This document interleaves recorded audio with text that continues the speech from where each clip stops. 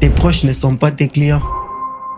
Les membres de ta famille ne sont pas tes clients. Ils vont voir le produit que tu postes, vont même commenter c'est combien, demander, mais s'il faut qu'ils achètent, peut-être c'est 1 sur 10.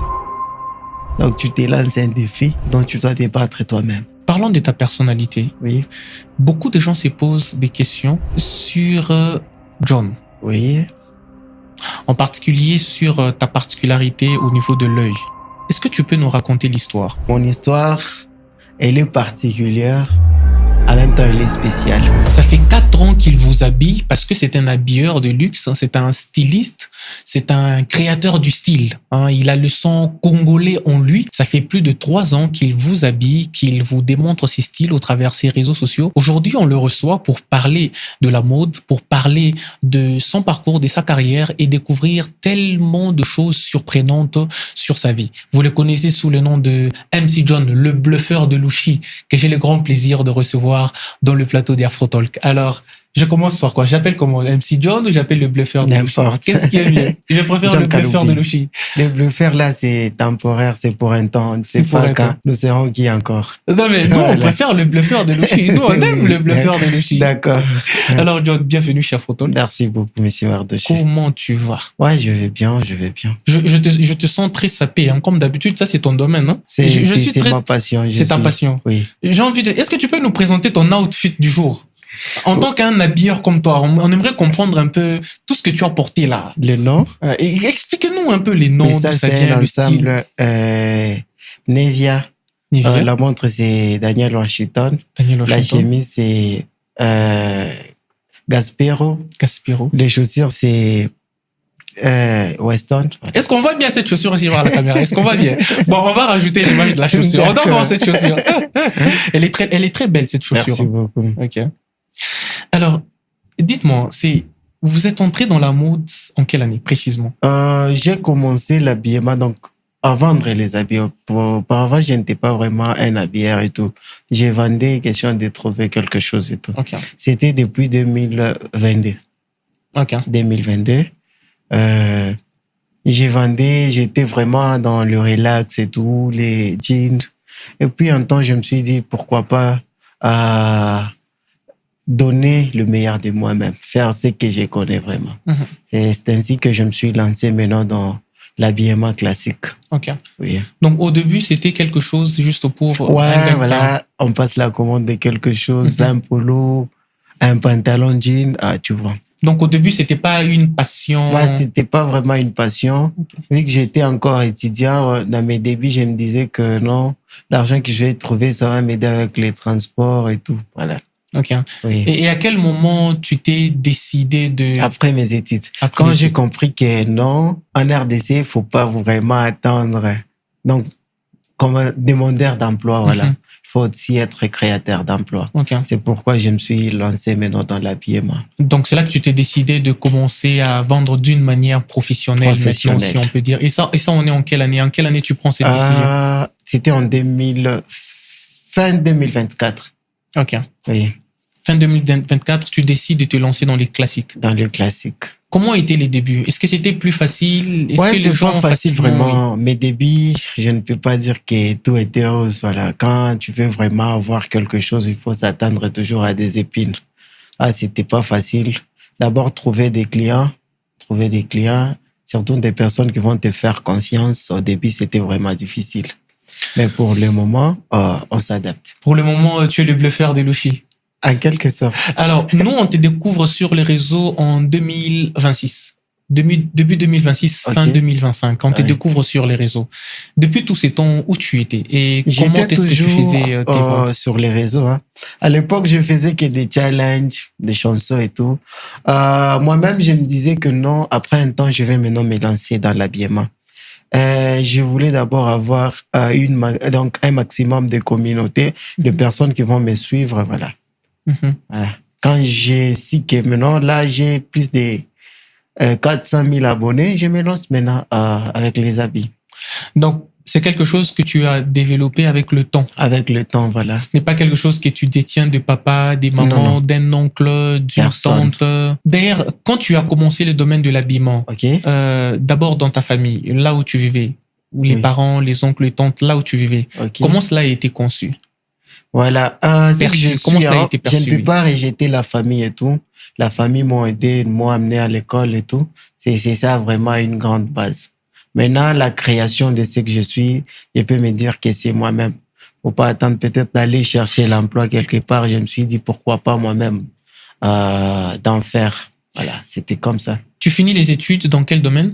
J'ai fait la comptabilité. Tu finis la comptabilité Oui. et tu vas dans le domaine de l'habillement. Ouais. Est-ce que la famille a bien perçu ça? Ouais, des fois, il y a de ces oncles et tout, des parents qui sont un peu contre. Ils te disent non, ça, c'est pas vraiment ton domaine. Toi, tu as terminé en comptabilité, tu dois vraiment chercher un emploi quelque part, quelque chose de bien t'installer. Il y a ceux qui ne croient pas vraiment faire la vente, soit vendre, c'est vraiment un emploi. Là, ils se disent que non, il faut attendre peut-être à être embauché quelque part. Là, tu travailles, là, tu es bien, donc tu en as un emploi. C'est ce que les autres pensent. Mais avec le temps, on finira par les convaincre. Aujourd'hui, pour toi, la vente d'habits, t'en as fait un art. Ouais. Aujourd'hui, elle subvient à tes besoins ou au-delà de la vente des habits, il y a d'autres choses que tu fais. Est-ce que tu n'es vu que de ça, que de la vente des habits? Pour le moment, je vis que des habits. Je me dis que non, pour le moment là, moi, je dépasse quelqu'un qui travaille dans une entreprise. Ah bon? Ouais. Les gens qui travaillent dans les entreprises. Les gens qui travaillent dans les entreprises. Au moins, s'il est cadre, Ok. et il doit toucher au minimum une somme de 4 chiffres. D'abord, je vais accepter. Donc, il est dans 4 000, 5 000 là. Ok. S'il est en dessous de 4 En 000, dessous de 4 000, 2 000 là, je le dis. tu le dépasses. C'est-à-dire que tu es en mesure de générer plus de 4 000 $ le mois. Le mois, hormis donc, accumuler aussi les dépenses. Ok. Ouais. Quand on accumule les dépenses, toutes les charges, Oui. tu fais un chiffre d'affaires de 4 000 le 4 mois 000. dans la vente Bon, d'habits. ah ouais, J'arrête le podcast. Franchement, j'arrête le podcast. J'arrête le podcast. Ah non. Et je me lance dans la vente d'habillement. Non. C'est S'il pas- faut générer 4 000 $ chaque mois, Oui. d'accord, dans la vente d'habillement, alors moi, j'arrête le Non, podcast. on doit se dire que non. Moi, pour le moment, j'ai pas vraiment une adresse physique. Si j'avais une adresse physique, on s'est Ça dit pouvait que être non, encore plus. Voilà. Mais là, on compte maintenant lancer une adresse physique. Là, où nous serons. Mais pour le moment, on ne fait que des livraisons. Et dans les 4 000 là, il faut mettre aussi les charges. Je dois faire, par exemple, 5 à 6 vidéos par semaine. Les 5 à 6 vidéos par semaine, ça demande le moyen. Ça demande les frais de transport. Tu dois payer l'équipe qui doit filmer. Tu dois payer la restauration. Tu dois payer les transports. Tu dois payer presque, ouais. Et hormis ça, tu dois t'habiller toi-même. C'est toute une entreprise. Ouais. Donc, c'est pas facile. Donc, faut pas juste arrêter sur 4 000 et puis non. Donc, il y a dans ton domaine, des charges. dans ton domaine, tu dois toi-même t'habiller pour Moi-même attirer la habillé clientèle. Donc, c'est moi-même je me présente comme étant le mannequin, de mes marchandises. Voilà. Il y a ces styles que moi-même, je dois créer. On peut créer. Et quand ça tient, donc, tu auras maintenant des clients qui vont solliciter ce que tu as fait. Mais Voilà. aujourd'hui, les personnes qui négligent encore ces domaines de l'habillement, parce que j'aimerais avant d'abord d'en arriver là, OK? c'est un domaine qui est devenu très peuplé, la vente d'habillement. Oui. À un moment donné, c'était devenu comme un style. Toutes les personnes qui finissaient la fac s'est Ok. lancées dans la vente en ligne, mettaient des photos sur WhatsApp notamment, Oui. disponibles, avec le slogan « c'est disponible, c'est Ok. disponible ». Comment toi, tu entres dans ces domaines qui est rempli déjà d'un grand monde, tu t'es créé ton monde à toi, tu t'es fait un nom et tu t'imposes. Voilà. Premièrement, je vais dire que non, tout le monde peut vendre, hein. Tout le monde peut s'appeler commerçant, mais tout le monde n'est pas habilleur. Voilà. Je vais dire ceci. Vous voyez, quand nous vendons d'abord notre personnalité. C'est la différence j'essaie de me différencier avec d'autres personnes. Il y a ceux qui écrivent, c'est disponible. Ils sont là pour vendre l'article qu'ils ont posté. Mais moi, je vends d'abord ma personnalité. Donc, il y a un article que tu vas payer chez moi à 50 $. Chez une autre personne, tu vas payer ça peut-être à 30 $. Maintenant, moi, j'ai vendu d'abord ma personnalité. Oh, c'est John qui a mis ça. Donc, vu que c'est John qui a mis ça, vraiment, c'est une belle pièce. C'est de la qualité. Voilà. Comment tu as fait pour te créer d'abord cette personnalité? Voilà. Quelles sont les stratégies que toi, tu as mises en place pour créer cette personnalité qui fait qu'aujourd'hui, quand c'est John qui a mis ça, on a tous envie de mettre ça parce que John a mis ça? Voilà, moi je dis que c'est inné, hein, c'est quelque chose qui se développe dans la tête. Prenons le cas des mélanges de couleurs. Moi je me dis que non, j'ai pas de limites. J'essaye, je tente. Donc la vie c'est l'essai. Donc c'est le risque. J'essaie de risquer et quand ça donne vraiment, et puis les gens aiment. Tu parles de mélange de couleurs tout à l'heure et on les remarque même dans tes publications. Ouais. On remarque le bluffeur de Louchi. C'est quoi ta particularité? Est-ce que c'est ça ta particularité, l'effet de prendre les risques dans le mélange de couleurs? Ouais. Ou au-delà de ça, il y a aussi autre chose qui crée la particularité de John? D'abord, ça, c'est ma première particularité. Le mélange de couleurs. Hormis ça, l'accueil aussi. De toute façon, je converse avec mes clients. Il y a de ces gens, parce que je peux dire de ces influenceurs, s'ils ont atteint un nombre d'abonnés, des fois, ils sont orgueillés et tout. Ils créent de l'orgueil dans, vous voyez, moi, je me différencie à ce point. Moi, si c'est facile de m'atteindre, voilà, pour passer ta commande, tu es directement avec moi. Tu pars directement avec moi. Ça te donne encore une certaine confiance et tout. Et c'est toi-même qui fais tes propres livraisons ou tu as une Non, équipe? j'ai un livreur. Ok. Voilà, il y a toute une équipe en place. Quand la personne commande, Ah oui, moi, je cherche le produit et le livreur fait son job. ou bien toi tu livres seulement une certaine catégorie de personnes? Non. Quand c'est ça, le gouverneur, c'est du le député. Des fois, il y a c'est le business. Oui. C'est le business. Des fois, il y a ces personnes, ils veulent à tout prix vous voir vous-même sur place. Okay. Donc là, on va se dépasser pour partir. Pour être sûr que ça vient vraiment de vous, c'est de la bonne qualité. Des John Kaloupi. Ok. Est-ce qu'aujourd'hui, tu peux conseiller à un jeune qui vient de finir ses études d'emboîter le même pas que toi, de te lancer dans l'habillement? Ça dépend d'abord de sa perception et de ses ambitions. Là, nous, on est jeunes. Nous tous, on a nos visions. On s'est dit, moi, je vais juste leur conseiller de suivre leur vision. Si toi, tu veux devenir, par exemple, chauffeur, sois chauffeur. Tu veux devenir avocat, sois avocat. Tu veux devenir... Ça dépend de ton ambition. Tout ce que nous, on voit généralement, c'est un habit qui est acheté et un habit qui est vendu. OK. Et généralement, c'est ça l'image que nous, on a du vendeur d'habillement. C'est quelqu'un qui part peut-être à la Kenya ou c'est quelqu'un qui fait des commandes dans Turquie ou dans n'importe quel pays. OK. Et qui revend en y mettant un peu de marge. Okay. Quelles sont les réalités qui sont derrière ces petits processus que nous, on ignore, qu'on ne connaît pas? Les réalités qui sont là-bas, c'est sur les habits d'abord. Vu qu'il y a, nous avons beaucoup de fournisseurs et les qualités aussi se diffèrent. Il y a des qualités du Turquie, de la France, de l'Italie et de la Chine. Ouais, donc c'est vraiment un mélange de tout. Maintenant, vous, les acheteurs en général, ils veulent payer quelque chose équivalent à leur budget.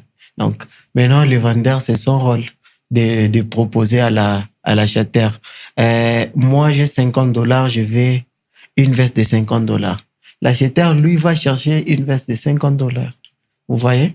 C'est ce qui est derrière. Moi, j'ai $250, je veux une veste de $250. L'acheteur va chercher une veste de $250. C'est comme ça. Et donc, le vendeur aussi court derrière ses bénéfices. Donc, il ne peut pas vraiment marcher pour de ne rien gagner. Vous voyez un peu ça. Donc, c'est la base. Donc, la chose que vous allez passer la commande, c'est sur cette base-là qu'il va utiliser son bénéfice. Donc, généralement, la qualité est fonction du budget de l'acheteur. Voilà. OK. Donc, la qualité joue avec nos moyens. OK. La qualité joue avec nos moyens. Donc, quand on a plus de moyens, on peut avoir une très bonne qualité. Et quand on n'en a pas... Comme on dit, le luxe s'achète. Okay. Et l'élégance s'apprend. Les luxes s'achètent. L'élégance s'apprend. L'élégance s'apprend. Voilà. Ça, c'est un joli slogan pour les habilleurs. Les luxes s'achètent et l'élégance s'apprend. Ça, c'est... Non, mais quand tu parles de ton domaine, okay. Le peu de temps qu'on est en train de changer jusqu'à là, on peut sentir que tu maîtrises vraiment ton domaine. Ouais, il y a vraiment de hauts et de bas. Hein. Quand je me suis lancé, il y a des leçons que j'ai eu à voir dans ces domaines. Déjà, Parle-nous d'une leçon. ce sont des leçons, je devrais peut-être les apprendre avant que je me lance. Premièrement, quand je me suis lancé, je me suis lancé un défi avec mes proches, voilà. Quand je me suis lancé, la première leçon que j'ai apprise, je me suis dit que non, tes proches ne sont pas tes clients. Tes proches ne sont pas tes clients. Les membres de ta famille ne sont pas tes clients. Ils vont voir le produit que tu postes, vont même commenter c'est combien, demander, mais s'il faut qu'ils achètent, peut-être c'est 1 sur 10. C'est une personne sur 10 qui va acheter. Donc, tu te lances un défi dont tu dois te battre toi-même. Voilà. Et si aujourd'hui, j'ai une famille de 100 personnes, si ces 100 personnes décidaient d'acheter chez une même personne de leur famille, vous voyez que c'est facile de rendre votre propre famille riche. Et à ton avis, c'est quelque chose qui est constaté chez tous les entrepreneurs. Okay. Tous les entrepreneurs, je ne dirais pas se plaindre, mais ont connu cette réalité. Oui. Quand ils commencent un domaine, Oui. les proches sont ceux qui prétendent parfois soutenir, mais qui ne soutiennent pas vraiment. C'est souvent les inconnus qui portent vraiment la chose. Ouais. Dans ton cas, selon ton expérience à toi, cela est dû à quoi? Voilà. Nous vivons déjà dans une concurrence avec nos proches. Et ça, c'est depuis longtemps. C'est cet ego-là qui nous pousse donc on s'est dit, lui, il ne peut pas avancer plus que moi. Donc, on est dans une concurrence sans le savoir. Donc, tes proches, comme je l'ai dit, tes proches, ta famille peut se réunir pour faire des cotisations pour ton enterrement.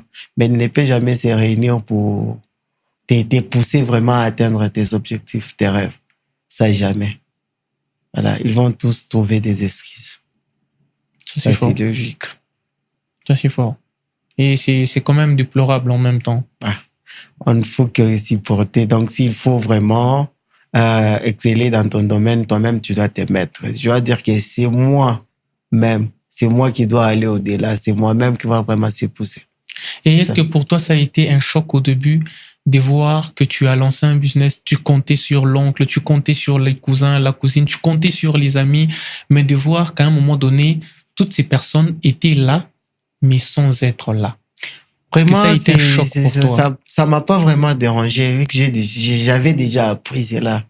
Il y a vraiment des connaissances, des proches qui m'expliquaient de ça. Voilà, je me suis dit non. Donc, c'est facile. Donc, s'il faut progresser, c'est toi-même. Peut-être avec les inconnus. Pour le moment, les inconnus nous aident. Bien qu'on dit, il faut jamais faire confiance à des personnes inconnues. Mais moi, ce sont des personnes que tu connais bien qui t'empoignardent par les dos. Ça, c'est vrai. Ouais. Donc, les inconnus, pour le moment, donc, soigne les proches. Est-ce que tu te rappelles encore de ta première bonne vente que tu as faite? La première fois que tu as fait une très bonne vente? Une très bonne ou ma première vente? La première vente, on va dire la première. Bon, j'ai envie de dire la première bonne vente. Ma première bonne vente. Au tout début, là, quand tu commençais encore. Voilà. Ma première vente, quand je me suis lancé dans le business, c'était...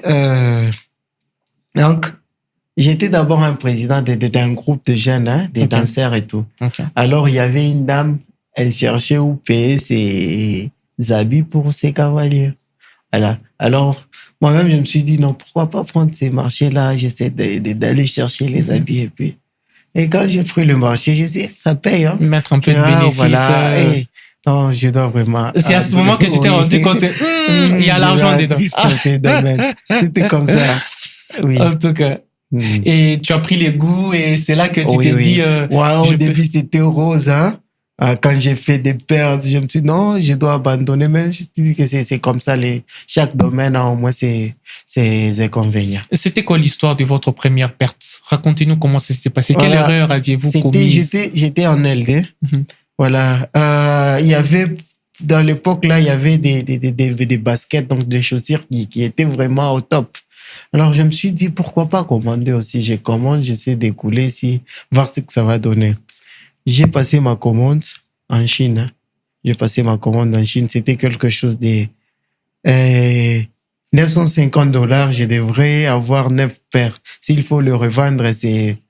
Donc, chaque paire, je dois mettre au moins 290, c'est avoir Le bénéfice. voilà, un grand bénéfice. J'ai envoyé l'argent. Le colis a fait presque des mois sans pour autant arriver. Et quand le colis était venu ici, voilà, il a fallu que je paye l'agence. Je me suis retrouvé avec une dépense de quelque chose de 1300. Mais les chaussures étaient de mauvaise qualité. Oh Et là puis, là. on a envoyé 5 paires au lieu de 9. Oh là là. Là, j'étais vraiment dégoûté. C'était l'argent qu'il a fallu que je paye. La faculté. Voilà. Mais je l'ai risqué comme ça. Oh là là. Voilà, ça, c'était... Et à ce moment-là, qu'est-ce qui te donne le courage de reprendre? C'est que moi, je me suis dit que non, s'il faut... Donc, dans les commerces, il faut viser très haut pour tomber moins bas. Donc, quand tu vises haut, tu vas tomber moins bas.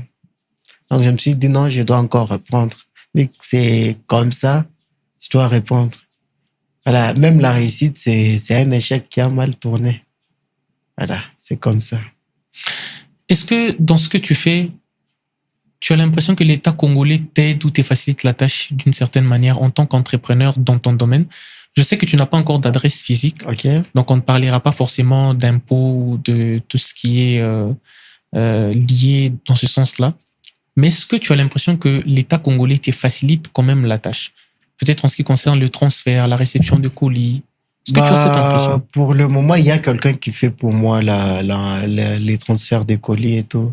Mais c'est que l'État va vraiment... Donc, ce que j'ai demanderai à l'État, c'est chercher au moins à aider les jeunes. Il y a des jeunes qui ont des ambitions, hein. Les jeunes qui finissent leurs études, ils ont fait peut-être leur mémoire et c'est bien vraiment élaboré. Donc, les jeunes doivent vraiment... plutôt, l'État va vraiment investir à ces jeunes. Donc, c'est nous-mêmes qui vont améliorer notre pays. C'est pas des gens de dehors. Dans ton domaine, s'il faut que l'État te donne un coup de main dans ton domaine, Oui. comment l'État peut-il s'y prendre? Non, pour moi, et moi Ton domaine particulièrement, oui. voilà, et d'autres jeunes. Donc, il faut que l'État commence à bourser les jeunes. Donc, de créer quelque part où les jeunes peuvent aller prendre de l'argent et utiliser cet argent, question de le rembourser après. Donc, tu utilises cet argent à des fins qui sont un peu meilleures, donc à des fins qui vont permettre à faire évoluer ton projet. Voilà. Okay. Là, il faut que l'État songe vraiment à cela. D'accord. Alors, durant tous ces parcours que tu as fait dans ton domaine, la vente des habits et tout ce qui va avec, est-ce qu'il y a 2 ou 3 erreurs que tu peux nous parler, que tu as remarquées de jeunes entrepreneurs qui commencent dans ton domaine? Les personnes qui se lancent dans la vente d'habillement. Quelles sont les 3 erreurs, selon toi, qui sont les plus récurrentes dans ces domaines-là, que les gens commettent souvent? Donc, la plus grande erreur, comme je l'ai dit, donc tu dois commencer par te vendre toi-même. Donc, tu dois d'abord vendre tes valeurs, donc vendre toi-même. Avant de vendre le produit. Avant de vendre le produit. Parce que quand un client vient vers toi, premièrement, c'est pas le produit qui l'a poussé à venir. C'est ta personne. C'est ta personne. La façon que tu as mis tes pièces, la façon que tu te présentes, c'est ce qui lui a poussé, la confiance que tu as en soi. Moi, des fois, je me dis, comment est-ce que j'arrive à trouver tant de clients? Est-ce que je dépasse les autres ou ils viennent vers moi par pitié ou bien, des fois, je me pose ce genre de questions. Mais j'ai compris que non, c'est ce que je fais. Quand on dit ce que tu fais, fais-le bien car... C'est ta personnalité qui attire. En dépend. Voilà. Parlons de ta personnalité. Oui. Beaucoup de gens se posent des questions sur John. Oui. En particulier sur ta particularité au niveau de l'œil. Oui. Est-ce que tu peux nous raconter l'histoire? Voilà. Mon histoire, elle est particulière. En même temps, elle est spéciale. Je ne dirais pas qu'elle est vraiment très spéciale plus que votre histoire, plus que l'histoire de tout un chacun. Voilà. Ça, c'est mon histoire. C'est pourquoi j'ai dit qu'elle est spéciale. Mon handicap, c'est depuis 2001, la guerre de l'Est. La guerre de l'Est qui m'a fait ce que je suis aujourd'hui. Pendant la guerre, ils avaient l'usage d'enfermer des gens. On vous prenne comme ça 300 personnes, on vous enferme dans une maison. Et puis les rebelles. Donc, brûle la maison. C'était comme ça. Moi, j'étais à l'intérieur avec toute ma famille à l'intérieur, ma mère, mes deux petits frères et mon papa à l'intérieur. On a brûlé la maison. Moi, c'est des grâces, je ne sais pas quelle grâce, je ne sais pas comment est-ce que je me suis retrouvé dehors. Voilà. Donc, Là, c'est comme ça, je suis encore en vie. Donc, l'histoire se passe en 2002 à l'est du À pays. l'est du pays. Pendant Pendant la l'intrusion des rebelles, pendant la Voilà. guerre, les rebelles avaient pour stratégie d'enfermer plusieurs personnes dans une Plusieurs maison. personnes dans une maison. Les Non, familles, nous avons une réunion plutôt, entrer ici et tout. Et puis on brûle la maison. On ferme et on met le feu. On met le feu. Vous Et- êtes à l'intérieur. Et il est arrivé que cette fois-là, vous étiez aussi parmi les victimes. Donc, ma famille était parmi Toute les la victimes. famille. Voilà. On vous a enfermé dans une maison Dans à une l'est du maison. pays. Plus que 300, 250 personnes dans une même maison. Et on a mis le feu. On a mis le feu. Alors que toi, tu étais dedans avec toute ta famille Ouais. et toutes les personnes qui étaient là. Oui, oui. Wow. Telle est mon histoire. Et tu es le seul qui en est sorti de là vivant. Oui, selon les explications, là, j'avais presque 5 ans. Donc, c'était difficile vraiment de savoir, vraiment, c'était moi-même qui étais sorti là-bas. Mais selon les explications, je suis le seul survivant. Donc, les personnes étaient tuées par le feu. massacre. par le feu. Donc, Par le le feu. feu. Et à l'âge de 5 ans, tu sors de cette tragédie. Oui, à l'époque, donc tu ne sauras pas vraiment me regarder à l'époque. Donc j'étais vraiment, on m'avait fait beaucoup d'opérations, voilà, pour que je sois ce que je suis aujourd'hui. Faire 3 ans dans un hôpital et tout. Et quand tu sors de cette tragédie, qui te prend en charge? Qui subvient aux besoins? Qui paye toutes ces opérations que tu as subies à l'hôpital pour récupérer, on va dire, la partie du visage qui était brûlée? Là, c'est mon père adoptif, le papa, qui a décidé de me prendre après les tragédies. Alors, c'est lui, il m'a aidé à étudier. Donc, il a fait ce que je suis aujourd'hui. Et puis, en 2016, lui aussi, il a rendu l'âme. Oh là là, paix à son âme, C'est comme ça. paix à son âme. Et à quel moment tu quittes l'Est du pays? C'était en 2007. En 2007, j'étais à Burundi. J'ai quitté Burundi pour entrer encore au pays en 2009. 2009, j'étais à Kalemi. Et puis 2011, je suis à Lubumbashi. Quel type d'enfance tu as au juste eu après avoir connu cet incident à l'âge de 5 ans et après avoir subi plusieurs opérations pour récupérer la partie brûlée du visage? Comment a été ton enfance? Est-ce que ça a été difficile pour toi de Je dirais que t'adapter, c'est pas de te vraiment faire des facile, là. amis? C'est pas vraiment facile. C'est pas vraiment facile. Et trouver une société qui t'accepte comme tu es, déjà, c'est une grâce. Donc, j'ai pris mon handicap comme étant ma force et ma différence. C'est pourquoi j'avance. Alors, j'ai pas vraiment ces complexes de m'éloigner, soit de me cacher. Je me dis que c'est ça, moi. Personne ne pourra changer ce que je suis. À quel moment tu décides d'accepter cet handicap? Depuis l'enfance. Parce que j'imagine que ce n'est pas facile de te réveiller un bon matin et d'accepter ça. Depuis l'enfance, c'est à travers des conseils, des conseils des proches. Voilà. Tu es entouré par des bonnes personnes. C'est ce qu'ils nous ont fait, c'est que nous sommes. Et pour toi, ça n'a jamais été un sujet de Moquerie? moquerie ou... Des fois, oui. Tu trouves des jeunes qui se moquent quand on était encore enfant. Déjà, moi, j'ai accepté ce que je suis. Moi, Ça, je me ces dis, moqueries n'étaient en touchées étant à pas. l'école où j'étais, je me différenciais toujours. Je suis intelligent. À l'école, dans les milieux où je dois me trouver, je faisais toujours ma différence. Je me dis que non, je suis comme une autre personne. Donc, on est tous, voilà, nous sommes tous les mêmes.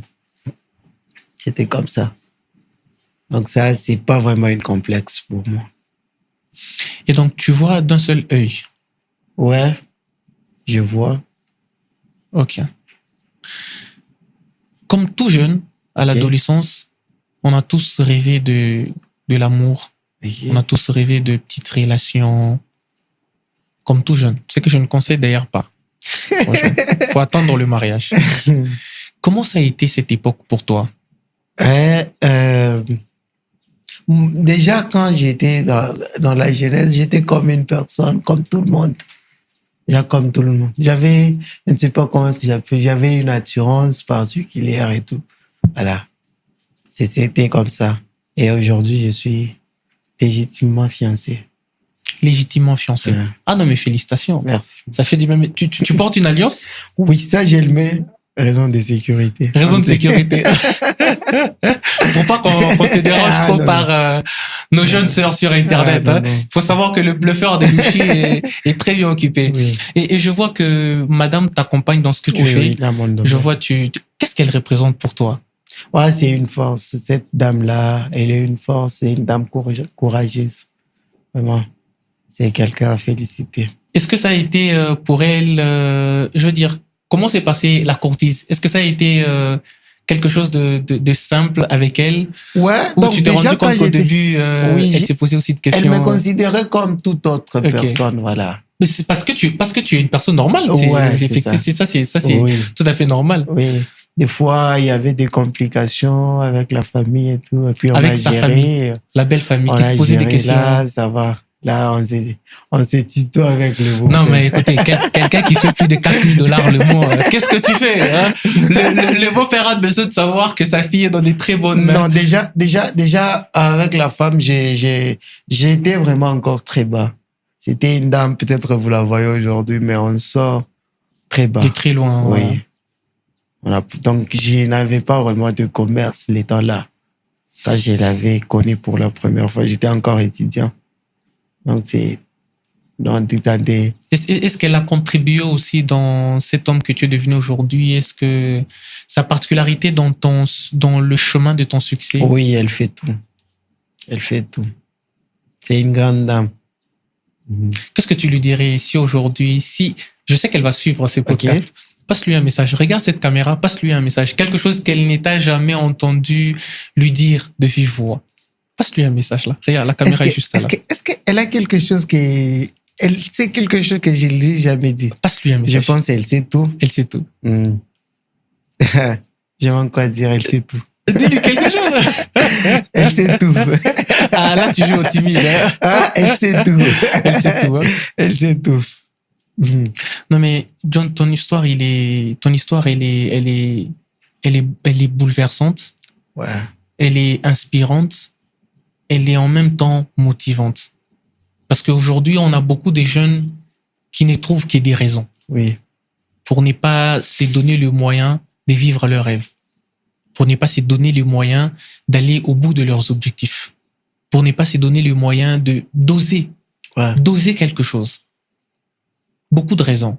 Soit la faute est rejetée sur l'État, soit la faute est rejetée sur les parents qui ne sont pas riches, soit la faute est rejetée tout sauf sur soi-même. Oui.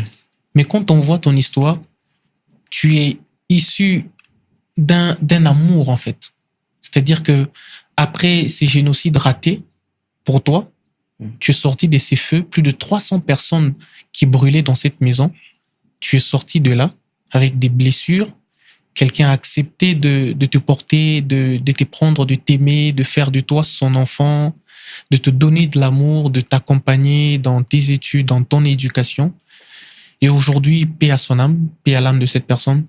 Aujourd'hui, tu as décidé au milieu de tout ça, sortir ta propre particularité, sortir ta propre force, accepter ton histoire, t'accepter tel que tu es, t'imposer dans tous les milieux que tu passes, découvrir que tu es quelqu'un de très intelligent, tu es quelqu'un qui laisse des empreintes partout où il passe, t'es lancé dans ces domaines où aujourd'hui, tu es là, sur Afrotalk.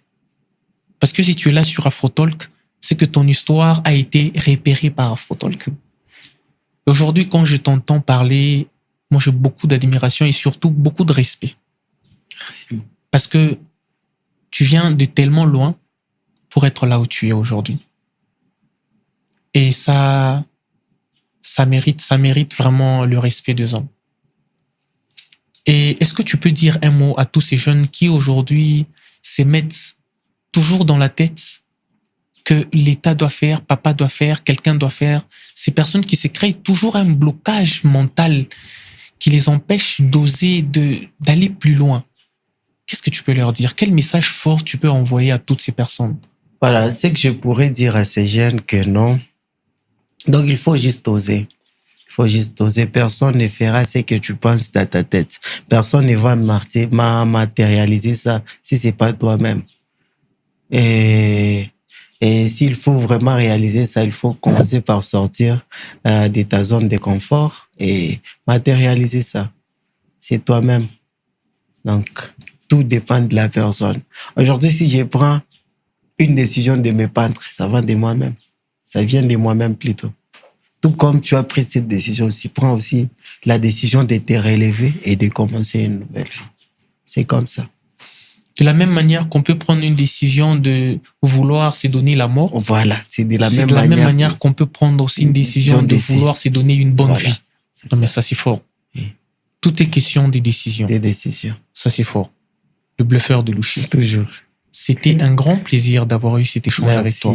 Le plaisir est partagé. Et je sens qu'on aura encore besoin de te recevoir à nouveau pour parler de plus en plus et creuser encore. Je suis dispo. Aujourd'hui, on n'a pas voulu entrer en profondeur, mais je pense que prochainement, on va découvrir encore un peu plus l'histoire. D'accord, il n'y a pas de problème.